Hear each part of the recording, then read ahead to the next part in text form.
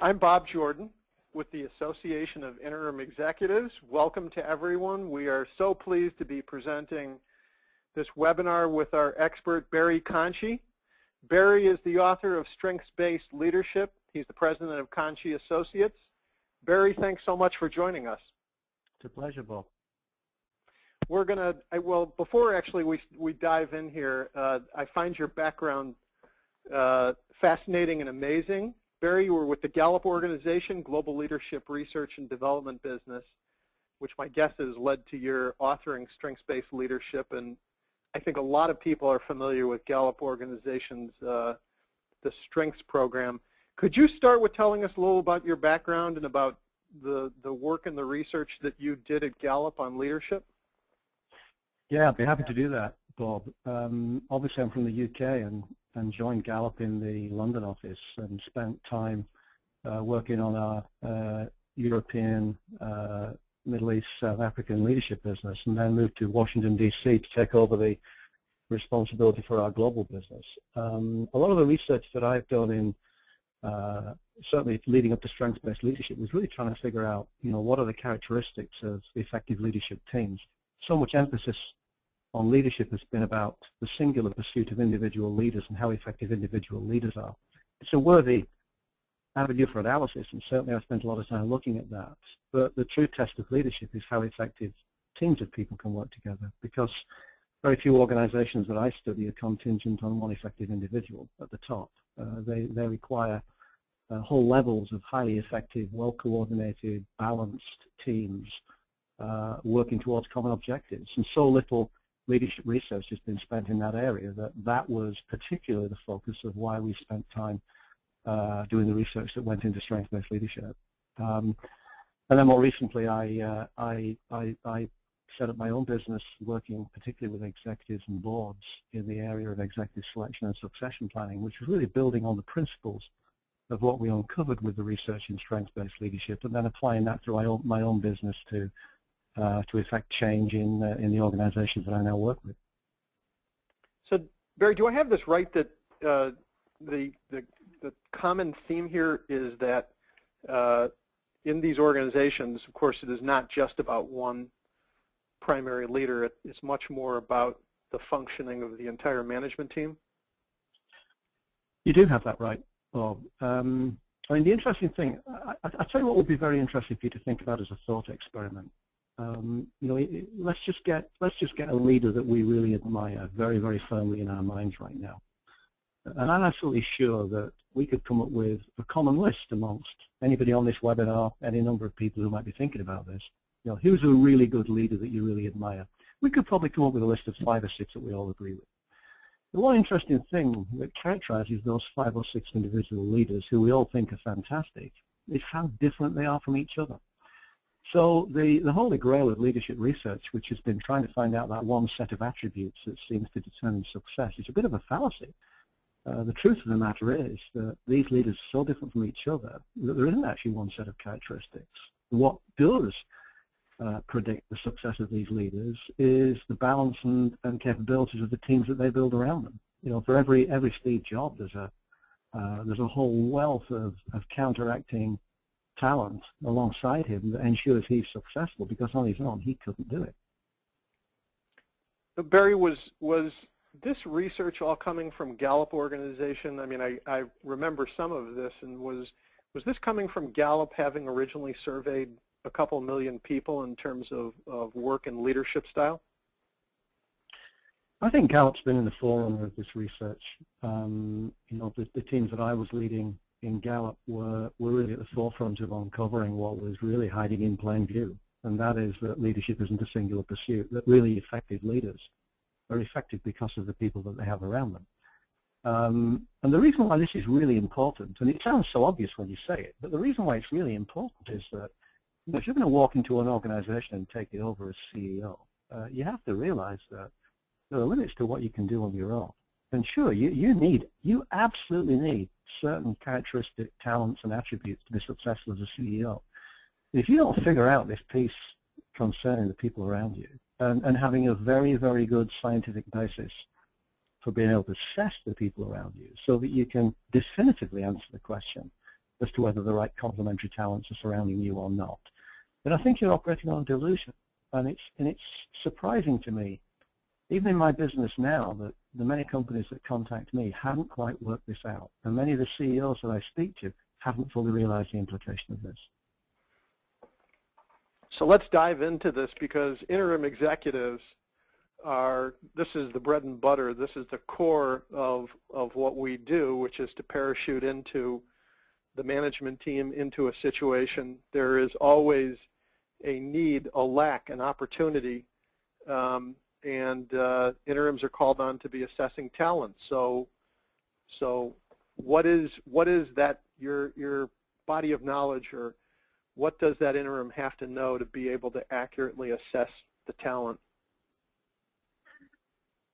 Well, the prediction I would make, and I'm saying this with a high degree of certainty, the prediction I would make is that most executive leadership teams exhibit two characteristics. That any interim executive going into an organization needs to test the hypothesis I'm now going to share with you against the reality that they find on the ground. And this is what you're going to find. First of all, they're going to find a leadership team that is systemically challenged strategically. And what I mean by that is that there's far less strategic capability on most of these leadership teams than they might imagine. That's a prediction I'll make. And the reason I'm making that prediction is that every single leadership team that I've studied has exhibited that characteristic. Now, that's not how they describe themselves, but that's what the data shows. The second thing that they're going to find is that there is a far narrower range of leadership talent on that team than they might think. Now, this is counterintuitive, because clearly a lot of people who exist on leadership teams are very smart people. They are functionally competent in most cases. They've come from a diverse set of backgrounds and experiences, and the assumption might be that therefore you've got a broad range of capabilities on the team. I would challenge that assumption very firmly indeed, because the analysis from the data suggests that not only are most leadership teams challenged strategically, but that there is a far narrower range of leadership talents on leadership teams than most leadership teams themselves admit. Now, going into a situation like an interim executive without understanding that, and without knowing in a quantifiable way what the lay of the land is regarding the composition of your team, can seriously inhibit your ability to effect change within the short term. Because as you're pressing the buttons and pulling the levers and trying to effect whatever turnaround or whatever impact you're trying to create, you're going to find the capacity of that team to respond is seriously diminished, simply because your assumption about the range of talents turns out to be entirely false. And therefore what you'll find happening is that a huge amount of energy will be injected by the new leader into the organization, and the organization will not have the capacity to respond. And then you'll go through some serious swings as you try to recalibrate your assumptions and test your own feelings about what it is that the organization that you're walking into now really has the capability to do. So the data suggests those two things are absolutely rock solid in terms of likelihood to be present when an interim executive walks into an organization. So I love hearing what you're saying, and at the same point I have to challenge it. Because for most interim executives, my guess is very high on the list of what they consider to be their talents and their skills, all the years of experiences, is if they're parachuting in, it's because they have an incredible ability to assess talent. So let's drill in more on what you're saying, Barrie. The first thing you said is that, use this phrase, systematically challenged strategically. What does that mean? Well, systemically challenged strategically means that in most of the leadership teams that I've studied and all the data that I've seen, there is a significant gap between what teams claim regarding their strategic capability and what the data shows. Now, I won't go into all the details about how you assess strategic capability, but a lot of my research in that area has been focused primarily on coming up with accurate ways of assessing strategy and strategic thinking. But the truth of the matter is that there is a sense in which executives know that strategy is important, and therefore they're likely to claim that they have it as a characteristic. the truth of the matter is when you analyze their real capabilities, they're not very strategic at all. So action orientation tends to dominate, short-term focus tends to dominate, problem solving tends to dominate. But what we don't see is huge strategic capability. Now, the other issue is that you know, I would challenge the core assumption in your question, Bob, and that is that most interim executives who are parachuted into organizations may well regard themselves as being particularly good judges of talent. It's not that I would say that some of them aren't. I would say that most of them probably aren't. And the evidence for that is in legions of psychological research into the inability of humans to be very, very good at rationally assessing capabilities in people on an objective basis. And there's so much research into that area that I would be surprised that any executive would truly trust their judgment to the degree that they think they've got some particular gift or quality in the area of human selection, because the psychological research would turn around and say that's simply not true. We're subject to a whole set of biases and prejudices in terms of how we think and how that thinking then relates to behavior that makes the claim shaky at best. As I said before, Barry, I love what you're saying. This does absolutely fly in the face of what most great executives think they're good at, and in terms of being a judge of talent. And I am agreeing with you. I am not saying that the research is wrong, but I love what you're saying. And we're going to keep on going here, because the other thing that you said, if I have this right, is that in fact the data shows a far narrower range of talent on a management team than most of us would suspect. Did I get that right? You absolutely did. And so, and what does that mean? You know, you said that the folks on the management team come from a broad background, and you said they are functionally competent usually. But that narrow range of talent, what does that mean? You mean that, for example, most are lacking an ability to think strategically? Well, I absolutely mean that, without a doubt. I mean, the data on that is not just strong; it's conclusive. And I guess the evidence of that is that interim executives do need to be dropped into these organizations, and there's a reason why that's happening. And it's nearly always, I would argue, because at some point down the line, that company has either failed to identify or exploit its strategic imperatives, and the hope is that an interim executive can come along and fix that. So the premise of this cast iron research is borne out just by the reality of that situation. But let me put it this way, Bob. You know, you look at organizations where you do find high strategic capability. I mean, there are people in organizations who are fantastically strategic.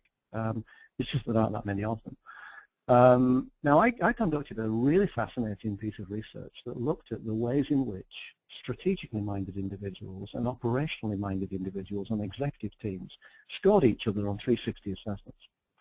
So you know the situation. We have a 360 assessment. We're all going to evaluate each other on leadership characteristics in a developmental framework. We want to help each other get better. Well, that's a very interesting idea in and of itself. But what I did was I conducted research that looked at a very small number of strategic leaders, because we did find some. And we asked the question, how do strategic leaders view operational leaders and vice versa? Was there a variance in how they evaluated each other on 360 assessments? Well, I bet most of the people on the phone right now will guess one of those findings from that research, and their guess is probably accurate. And one of the guesses that people make is that operational leaders look at strategists and say, you know, don't quite see them as strong on leadership capabilities. And usually the reason for that is because strategists are usually the folks who aren't rolling their sleeves up to get stuff done. They're thinking about stuff. They're pondering about things. They're usually asking awkward questions. They're usually slowing things down.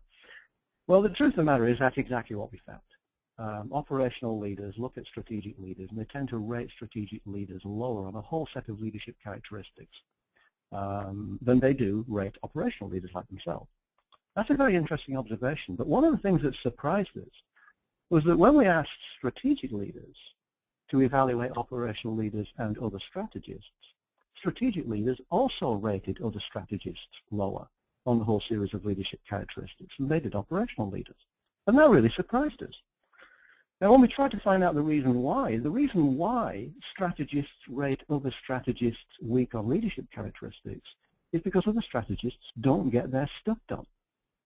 Strategists need operational leaders to be successful, and therefore they tend to rate other operational leaders as very high. Now, you might say, well, why am I telling that story? Well, what's going to happen over time if you play that reel out over a 5-year period? What's going to happen? Well, I'll tell you what's going to happen. Companies that have leadership teams that evaluate it, whether using 360s or any method, it doesn't really matter what the method is. I'm just using 360s as a scalable, quantifiable example. You're going to see a narrowing of talent, because the only advice I can draw from that research is you'd better be operational to be successful, because strategists need you and other operational people need you. Now, the sum total of that effect over a period of time is that strategists tend to get weeded out of organizations far sooner than they should. And the reason for that is because they're not sufficiently operational focused for other operational leaders to value their contribution. And over time, the talent that emerges through a company narrows in a way that's imperceptible as you go through it, but is quantifiable when you actually research it. So this is a major, major problem, Bob, that a lot of leaders really are completely blind to. And when I've conducted this analysis and actually showed the data to CEOs, they've gone, wow, we're doing that? We're actually narrowing our talent through the way that we're evaluating people? I say, yep, that's exactly what the data shows, and you better get wise to it, because your leadership team is going to be lacking seriously needed strengths and capabilities if you allow this to persist. So that's the reason why this is an important issue. It's a really important issue, and I'm just wondering if that bias in favor of operational excellence, I take it by that you mean also this bias in favor of action? Yep. If that means that the truly strategic leader, I mean someone smart, gifted, brilliant, and all of that, looks like they're not making progress because they are not as operational? Could it appear that way? Point. It could appear that way, but here's the interesting thing from my perspective. I actually think interim executives are most susceptible to this problem, because if you're going to drop into an organization as CEO, you're going to turn this ship around. I mean, think psychologically about how you're going to respond to a whole bunch of people who say, yep, I'm up for it, I'm rolling my sleeves up, wind me up, set me off, I'm going to go. Compared to somebody who turns around and says, well, I'm not sure that's the right thing to do. Hang on a minute. You mean you want to do that? Well, why aren't you going to do this instead? And just the perception of perhaps a lack of commitment, or a lack of alignment, or perceptions of a lack of congruity, or perhaps even worse, perhaps naysaying what it is that the interim executive leader is going to say. You know, so there's a higher degree of susceptibility, in my view, for interim execs to operate blind to this situation than you might find more generally with someone who's in this role on a permanent basis for the long haul. And I just think it's very important interim executives are aware of that, because if they go into an organization, you know, they're going to connect really well to bright-eyed, bushy-tailed people bouncing around saying, let me help, let me help, let me help. The point I want to make is that that might not be the ticket to success. So the interim could in some ways be exacerbating the problem, the bias towards action. I think they're more, they are potentially more prone to the effects without realizing it.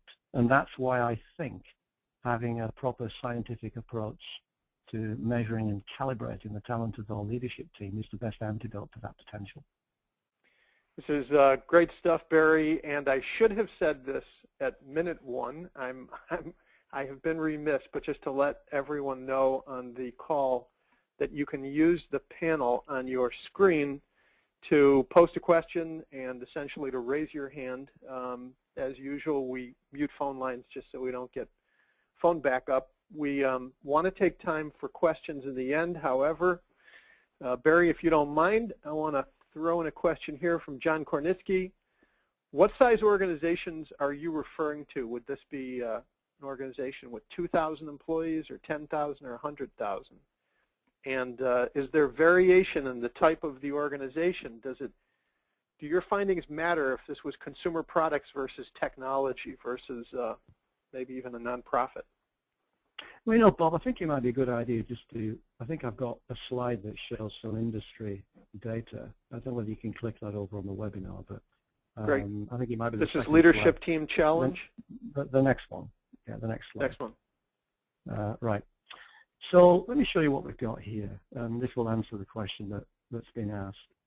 So I've got here a range of businesses, specific businesses in different sectors, and I've got 5 broad areas of leadership that we've got scalable measures on. Now, I don't want you to worry too much about what direction, drive, influence, relationship, and execution actually mean. You can sort of figure it out, you know, from those terms, and it's a lot more detailed assessment than what I'm showing you in summary data here. But this is looking at patterns across different businesses. Now, you can see revenue sizes for those businesses. If I think about the data sets that I'm referring to, the data goes down to organizations with about 3,500 people at the bottom end, up to 385,000 employees at the top end. And we see very consistent patterns across all levels. This just shows some industry codes. So on the point of strategic versus operational, for example, and the best and most analogous terms on this sheet for strategic and operational will be direction and execution. So we measure most strategy under direction, we measure most operational capability under execution. If you just trace your eyes across the numbers on those lines without really worrying about what the numbers represent, just look at them relative to each other, you'll see in pretty much most cases the executional talent exceeds the directional talent by a pretty hefty margin. And these are specific companies. Now, these are specific companies. This isn't generalizable database information, but the point I'm making is the specific examples are very consistent with what we find in the database. So if you look at the extreme right-hand side, which is the aggregate of what we see in these 6 industry examples, you've got direction at 39 and execution at 54. And that's the pattern that is very consistent, very replicable, and by the way, completely counter to what most CEOs think their organizations look like. So when you ask these CEOs and say, hey, if I gave you these characteristics and asked you to evaluate your team, is your team sufficiently balanced? I nearly always get an affirmative. Absolutely. I've built a team that's very different from me, is usually what most CEOs say. The evidence says the exact opposite, and it's usually quite a surprise to the CEO when they figure that out. So I hope that answers the question. This is brilliant and fascinating, Barrie. And what I'm curious, though, and again, I'm not trying to drill into the specifics of each number, but could one make the argument that balance is not the goal? I mean, for example, if you were to say that any business needs an architect in terms of the strategy, or maybe it's a team that is architecting the strategy, that once that strategy is set, it takes a much larger team to go execute on that strategy. And so do you need a balanced score between those? Well, let's just get our terminology right, Bob. There's a difference between balance and inequality. So we don't want there to be an equal distribution of capabilities across a leadership team. The balance I'm referring to is, you know, strong evidence in a few individuals. We want sufficient strategic capability, but the last thing I would want is a leadership team full of strategists. It would drive me crazy. We'd never get stuff done. So by balance, I'm not saying equivalence. I'm saying that there needs to be stronger presence. And what we're finding on a systematic basis is that strong presence isn't there. Now, the interesting thing from the first part of your question is when you look at the relationship between this and performance, and you know, I think your question was, you know, does it really matter? Because once you've got your strategy sorted out, surely you just have to wind people up and set them up, and they'll go on execute it. Here's the interesting thing. I've just finished a very long study, a very detailed study, looking at the relationship between variability in leadership talent on leadership teams and innovation, for example, looking at quantifiable evidence of innovation. Here's the really interesting finding. The less talent diversity on leadership teams, the less innovation we get. Now, this is so stupidly obvious that it's really quite, I really have to bite my tongue when I'm saying this, Bob. This is so obvious. The interesting thing is that the more diverse talent set you've got on a leadership team, the better ideas you've got coming through. Now, why would that be such a surprise? I mean, this is so self-evidently true that I almost have to stop myself from saying it. So my point is, when you come back to the issue of performance, whether you're looking at, and here are the variables that I measured, whether you're looking at innovation, whether you're looking at quality customer interaction, whether you're looking at financial performance, whether you're looking at market penetration, whether you're looking at bottom line control, the very best companies that succeed on all those metrics have got more diverse leadership talent than those companies who are not achieving those objectives, who have less diverse leadership talent. It's irrefutable. I mean, it's such strong linkage, and yet most of what I'm saying is actually quite obvious. Is this, you know, I remember, Barrie, years ago in the political science world, there was a term that was developed called groupthink. I don't know if you're familiar with that, but is this an example in part of that a management team can subconsciously, without knowing it, just everyone's going in the same direction because that's what they're supposed to do? You know, Bob, I interviewed a CEO not long ago, and he'd been in the job for 6 years. Company was doing okay, struggling, you know, hadn't shown real spectacular growth or improvement. He was basically administering the company and doing an okay job. And I said to him, so you've been in this job 6 years now, what are you most proud of? And he sat back, he said, well, that's really clear. He said, when I took over this company 6 years ago, my leadership team was bickering and arguing, they were fractious, we argued about everything. It was just so difficult to get stuff done. It was exhausting. He said, I'm proud to say now that on any issue, I can predict we'll agree within 10 minutes. And I was horrified. And I said, so you're telling me that your greatest success is that you don't debate and argue anymore. Is that it? Your greatest success is that you can guess what everybody's going to think without asking them, and you think that's a good thing? So the issue about groupthink to me is very, very interesting, because I actually think groupthink as a term is unhelpful way to describe it. I know what you mean by it, but here's what I think is going on. I actually think that there is a degree of social conformity that evolves on some leadership teams that precludes very difficult questions being tabled. And it's not groupthink that's driving it. It's an illusion of niceness to each other. It's what I would call an unhealthy respect that we have for each other's opinions. In the marketplace of ideas, I don't think anything stands without data. I think you've got to argue your case. You've got to challenge whatever paradigms in front of you. You've got to ask awkward questions of each other. And if superficial social niceness gets in the way of that, which I think is what this CEO had built, I think it kills an organization. I said to him, I said, well, if I was an investor listening to you, I'd get my money out right away. I wouldn't be putting it in here.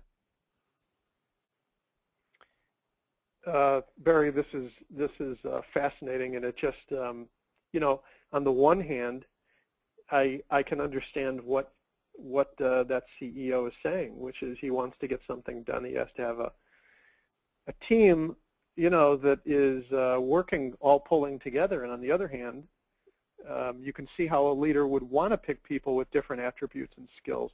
So why is this so hard for a leader to do that, to pick people with different attributes and skills? You know, there's probably a 1 hour answer to that, Bob. I'm going to give you the 30-second answer.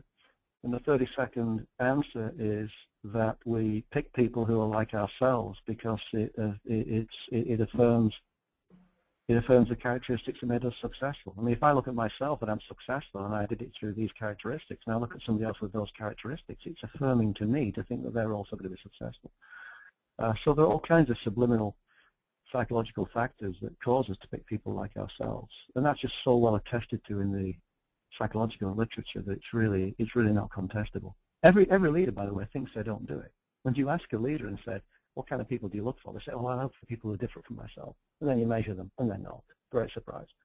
So it's difficult to do because you know, most people interview people in face-to-face situations. They don't have a scientific way of actually measuring the capabilities of the people that they're interviewing, and they tend to pick people who are socially sophisticated, articulate, and as long as they have the right background, then those candidates are going to tend to win through. And when you look at leadership teams, they're full of socially sophisticated, reasonably well adjusted, very, very capable people.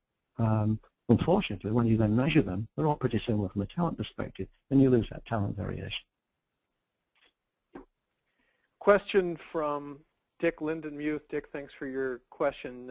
Dick is agreeing with you, which I'm not sure is great from everything we're saying. He agrees in terms of resource and experience sit across the table from the interim. There is a critical step to use active listening to gather collective information and develop a shared vision so that you can actually lead. Do you have any comments regarding strategy and execution with this in mind? And I think Dick is referring maybe to the tools that an interim brings to the client, to the engagement. Maybe focus, well, you can take the question however you want, Barrie. I'm wondering if you focus on what are the tools. Is a critical step here to be an active listener? I mean, there's an obvious answer that I've got to say yes. I mean, clearly, active listening within an organization, providing you can do so in an objective and dispassionate way, can be a very helpful tool of analysis to really help understand what it is that the situation is that's presenting to you. I just don't think it's enough. I'll tell you one thing that I think every interim exec should do, and this just might answer the question in a different way. And it's really quite simple, because a lot of CEOs say, hey, well, you found this, so what do we do about it? Well, okay, short of actually using scientific methodology to assess your leaders, which I'll be happy to help with if you need some help, here's what you should do. When you're working with your leadership team and you're looking at particular problems, don't ask them what they think. Don't ask them what they would do. Don't ask them for a solution. So you got this problem, whatever it might be, problem with a business, problem with a product, problem with a strategic problem or whatever. What the CEO shouldn't do is say, what should we do? Because as soon as you ask a team of relatively narrow thinking leaders what it is that we should do, they'll come up with an answer. And the problem is that that answer won't be well thought through necessarily. What every interim exec should do is this. They shouldn't say, what should we do? They should say, what's it possible for us to do? And if you shift the focus to the plural from the singular, so let's not ask them what we should do, let's ask them what it is possible to do, there's at least a slightly better chance that those more strategically minded people will better engage with that kind of question than with the simple answer of this is what I think we should do. And just that one step in and of itself can actually open a window to a whole series of possibilities that remain blind to the leadership team simply because of the way the question is posed. So yes, I want to encourage active listening. I want to encourage the use of data. I want to look at properly validated approaches to really truly assessing what the team is that you're taking over and the rest of it, the situation that you're in. I mean, for me, data is king. But I also think there are certain ways in which you can question a team in a way that's going to give you better insurance against the dangers of finding that your leadership team is too narrow in terms of talent and capability. Barrie, another question. Oh boy, lots of questions. A question from John Matazin. How do you go about fixing a team where the CEO is a typical highly dominant personality, meaning where the CEO may be a big part of the problem? Well, you can't fix that. It's just not possible to do. I mean, you're not in a position to be able to do that. So, and John's clarifying this question as well, saying, that in his case, he typically is coming in as the interim COO, not the CEO. And you're saying that's an impossible one. I suppose if the board says. Well, I mean, it's not easy for someone reporting to a CEO to effect that kind of change. I mean, it starts to look pretty messy when you look at the various avenues through which that can happen, like roundabout conversations with the board and those kinds of things. I mean, it's a major problem, I have to tell you. I get brought in by a number of boards to help them deal with arrogant and prima donna CEOs who have an ego that's larger than life, that's crushing the organization, and it's very, very difficult to deal with because usually what's happened is that CEO has gone through a career and never had really good feedback and never been held to account for some aspects of that behavior. So I guess one of the questions I would ask you, so let's say if you are a COO and you go into an organization where that is the case, the first thing I'd want to check is what's culturally acceptable in terms of how people are held to account and deliver feedback? Is there a good tradition of very open, very purposeful, very data-driven dialogue that enables you to sit down and say, do you realize what an idiot you're being? Or do you realize how what you're saying is completely destroying the engagement levels in the organization or the culture you're trying to create? And I would use, you need to assess whether the culture allows that kind of conversation first. And if it does, then you've got to have that conversation. I just don't think there's any. I love it. It's a new tool for interims. The question of the CEO, do you realize what kind of an idiot you're being? A comment from member Lyle Banks. Lyle, thanks for this. What he's saying is, Barrie, you're explaining why interims have a hard time getting fulfilling assignments, especially in the U.S. Companies that are operationally based may see the interim as a redundant resource and not needed.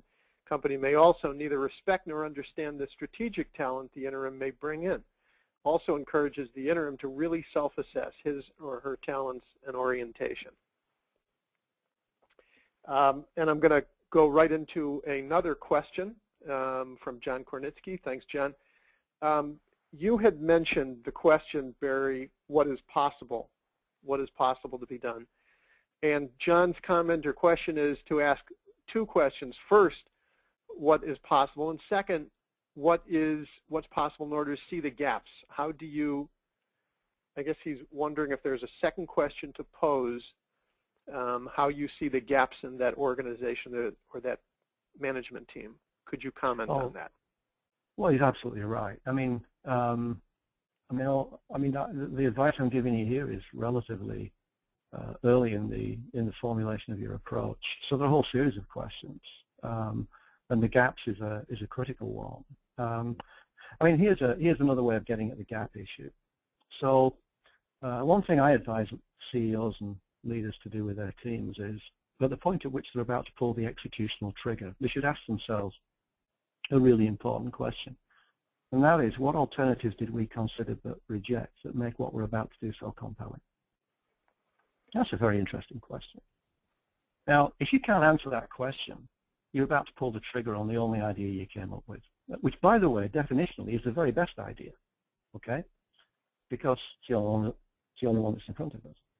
So to the issue about gaps, did we consider every variable before we pull the trigger? Did we look at all of our various options? Now, what an interim CEO should be doing, contingent on the data that I'm sharing here, is asking the question, even if they think they've considered some of the variables in the decision they're about to take, have they really looked at everything that they need to look at? And that gets the gap question. So it's absolutely right. You only know what you know. And the interesting thing is that a leadership team with relatively narrow talent variation knows a heck of a lot less than a leadership team with a very diverse range of talents. That should be self-evident. So the gap question is absolutely critical to everything that I'm saying.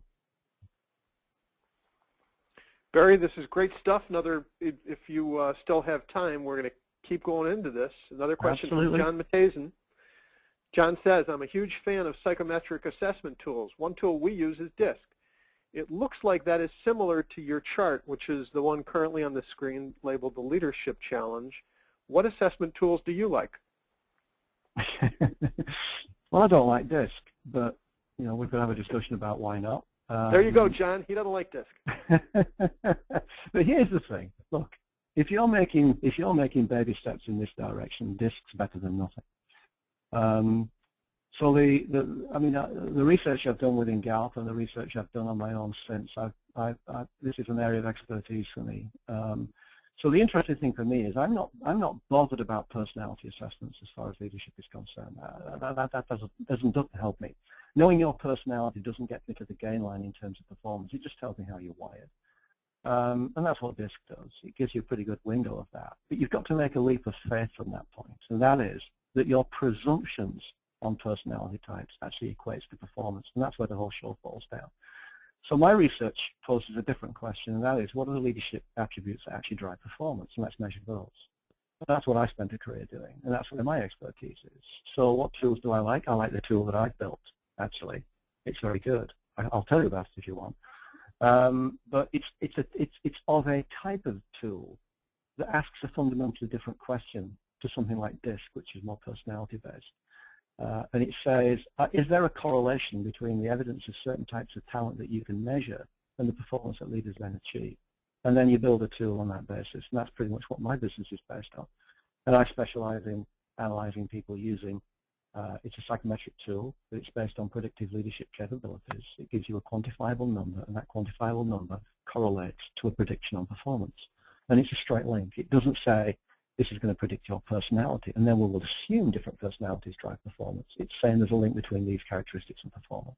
So it's a step beyond DISC. It's getting much more targeted capabilities at the leadership level, and it enables you to quantify it in a way that's got statistical validity to it. Is that tool something, Barrie, that you market and make available on its own, something like DISC, or is that part of the services you provide when you go into a company? It's the latter, Bob. You know, I always say don't let children play with scissors. So I don't allow anybody to use this tool without proper scientifically validated process. In the wrong hands, I mean, a person couldn't administer this tool. You can't take it on the web. It has to be administered one-on-one. And then that is part of how my engagement works with different companies. So it's a huge part of my business. I've got more work than I could imagine ever having because it's an area of huge demand. But it requires professional administration. It's not something you can just put out on the market and have anybody take online. Question from Lyle Banks. How similar is your tool to the old SRI Gallup assessment tools? Similar principles, absolutely no doubt at all. So the fact you've got knowledge of the old SRI Gallup tools at least tells me you've got very good understanding of psychometrics, and you understand the whole concept of what it takes to analyze talent. What I'm talking about here is several stages of evolution beyond that, but the principles are the same in a psychometric sense. Barrie, before we close, I want you to have a chance the other chart that we had in the presentation. You know, that chart just looks at a single leadership team as an example, Bob, of what it is that I commonly find, and it's pretty common, I can tell you. Here you have a team. You've got a CEO, and what have you got? 8 direct reports, and then you've got each of those dimensions that I referred to on the industry slide previously, specifically to the leadership team. And what it shows is how much variation we see in different individuals. Now, this is actually a really interesting team because there is some decent strategic capability. Now, to the question that we were talking about before, you know, what's balance and what's not balance. This team is actually not that bad. But you can see on the total column on the right-hand side that there's still a significant delta between the strategic directional talent and the operational executional talent. So this team conforms to the pattern. But look at that first line on direction and just trace your eyes across and ask yourself, where is most of the strategic capability coming from? Well, it's not coming from A, and it's definitely not coming from E. Okay? In fact, if you look at A, you know, hypothesize for a moment what behavior you're going to get from A when you look at their directional talent and their executional talent. They've got almost 3 times the amount of executional capabilities they have strategic capability. What's that going to look like behaviorally?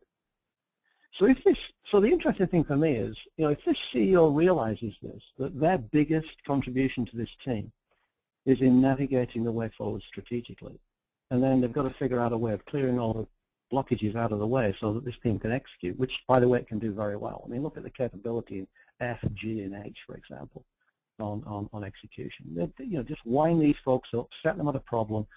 I mean, those individuals are going to be eating babies. I mean, they really are. They're just going to devour everything in front of them. But if the CEO doesn't realize the contribution they bring to this team, what's going to happen? Well, I'll tell you what's going to happen. This CEO is going to get sucked into a vortex of activity. And if they're not careful, they're not going to be able to assert their strategic leadership in a way that truly helps this team navigate its way forward. This is a very, very common pattern. Now, the interesting thing looking across the executional line is that not everybody is uniformly strong executionally, but the dominant capability is executional. And that's the challenge that this leader really needs to figure out. You need to understand what the nature of the variance, the talent is that you're dealing with on your leadership team. Because if you start to try to do things too quickly and then wonder why there's a stuttering or a failing or a lack of responsiveness or things don't work out the way that you do, it's probably because you haven't got a good understanding of data like this. Barrie, is it a typical result in this chart that the CEO has the highest strategic or direction score? Nope, but this is just the examples I picked out. I mean, that's not as typical. What is typical is the overall relationship between directional and executional capability. That's typical. It's not necessarily typical that it's the CEO who's sitting on all the strategic capability. By the way, when you talk to CEOs, that's not what they tell you, of course. If you say to a CEO, you know, are you a good strategic thinker? I mean, that's almost a motherhood and apple pie question. Well, of course I am. I'm wonderful strategically. The reality, of course, is quite often very different. Barrie, this has been wonderful. Before we conclude, I have to selfishly ask you one of my own questions. I thank all of our members who have been on this call, and clearly you're getting everyone thinking and firing on all cylinders here. Here's final question, and it's from me. I saw an interview with Steve Jobs. It was a kind of a lost video interview from right before he came back and took over Apple. Again, when it, you know, he created its ascendancy.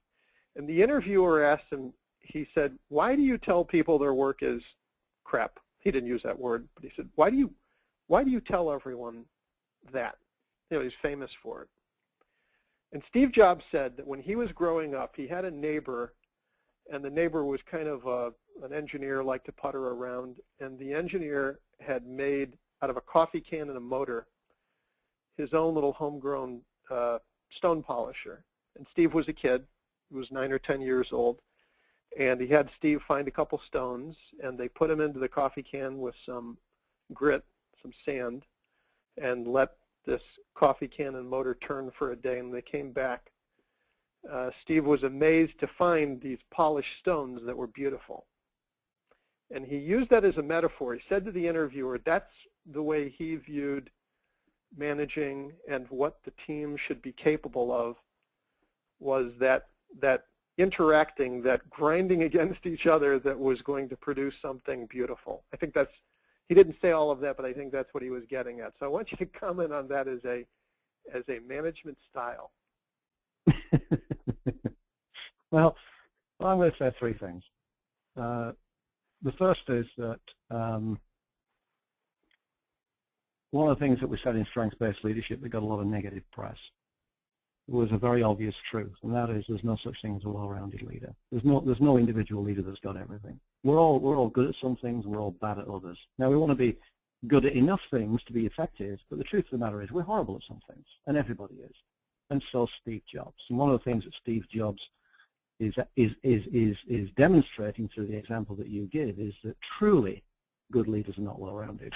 Because it's not a particularly well-rounded attribute that's been demonstrated through that question. So the issue of his style is partly the fact that he's brilliant at some things and not good at others. The second point I want to make is that the analogy about the abrasive nature of materials when they come into contact is actually a very interesting one. I actually am a huge fan of leadership teams having a real good row about something. I really like it. When I hear passion and energy and debate and disagreement, outright argument on a leadership team, you know, providing it's coming from the right quarters, that people just want to win, I absolutely love it. So the concept of some sense of an abrasion, in other words, as hard as you push, I'm going to resist, but the reason I'm doing it is on rational, data-driven criteria.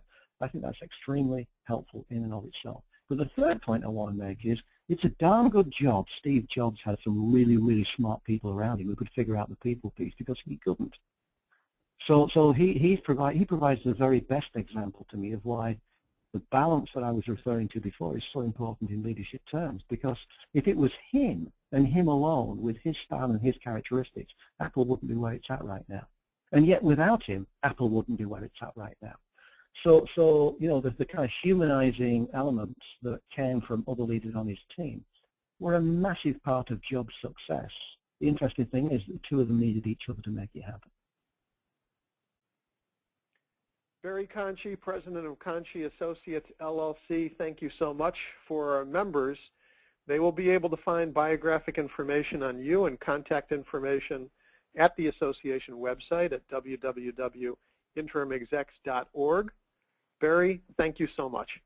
Been a pleasure, Bob, and good luck to all of your members. And I'm happy to have spent time with you this morning. I've enjoyed it. Thank you, Barrie.